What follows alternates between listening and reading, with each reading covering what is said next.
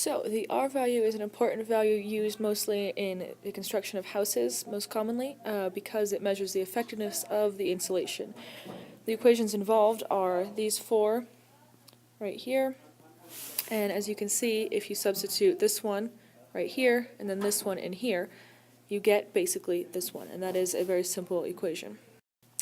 The R value varies between different types of insulation because different types of insulation are more resistant to heat flow, and the rate of heat flow is therefore different. Here we have the two most common types of insulation in homes. Most common is fiberglass here. Insulation is used to reduce the rate of heat flow from outside to inside or from inside to outside. For example, glass in a window pane with and without wind. Without wind, if it's a cold day outside, if you put your hand near the glass, it's going to be much colder right there because the air is not moving on the inside, and therefore the cold air near the glass will not come inside the building. But the air right next to the glass is still affected by the heat flow from the outside of the glass.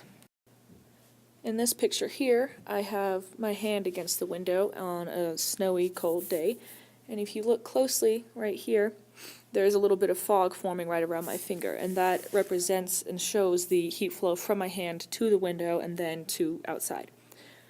Also, another example, specifically in houses and buildings, is walls with and without insulation. The insulation provides the extra R value and the extra resistance to the walls changing the temperature that they're at, and then bringing that temperature and changing the air that's next to it and the air that's inside. This video that I have here shows an experiment using cellulose and fiberglass insulation, and showing and experimenting the individual resistance of these two materials.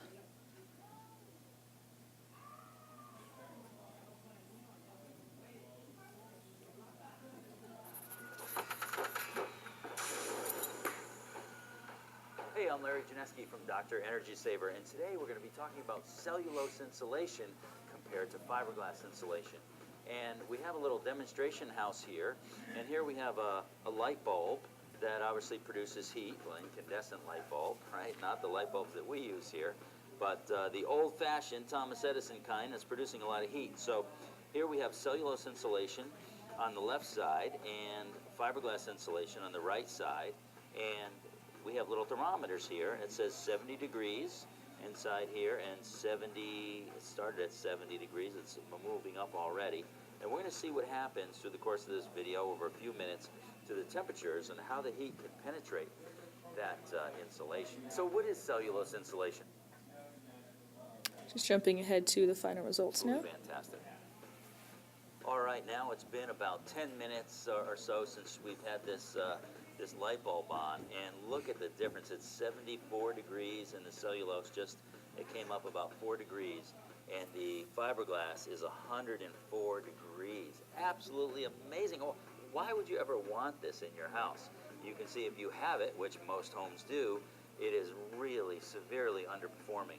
And so that is the difference between specifically cellulose and fiberglass insulation. And even though you can see that the cellulose is more resistant to heat change, fiberglass is significantly more resistant to heat change than the walls would be or the house would be without anything there. So this is insulation and a different rate of heat flows and R values and how they affect that rate of heat flow.